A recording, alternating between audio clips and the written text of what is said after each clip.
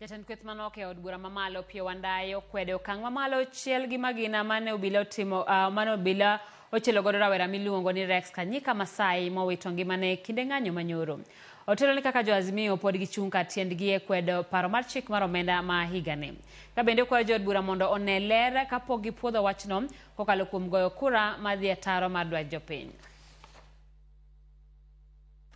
To wacho kendo nikech polis koro ng'eyo ni ng'anyo gi dhi medore kadhi mbele, nikech kata juma manyien tich ariyo ang'eno ng'anyo dhi timore chieng' ma finance bill ni koro dhi okang' mar adek miluongo ni committee of the whole house. Tij polis en ng'iyo ni jong'anyo mirit arita moromo sama ging'anyo. To ka nitie joma timbe giricho e joma ng'anyo go to ikawogi to itero gi iye. Tok en wach mar tij polis donjruok kod jogo mang'anyo mamuol gi risasi gi pi to kod tear gas. Mano tim marach ahinya. Wan kaka jo-Azimio chung' marwa pod en mana ile.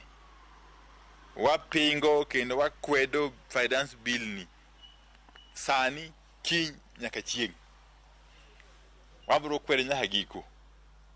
Kendo wakwayo jood bura manyoro oriwo bill ni lwedo ni gine ler mondo koro giriwre kodwa kwa dhi mbele, nikech kaka waneno piny chalo jo Kenya duto te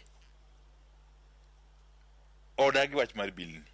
Koro onge tiende mondo jood bura odhi od bura to go kura e yo mokunjore kod wach jopiny moyierogi kata mag represent.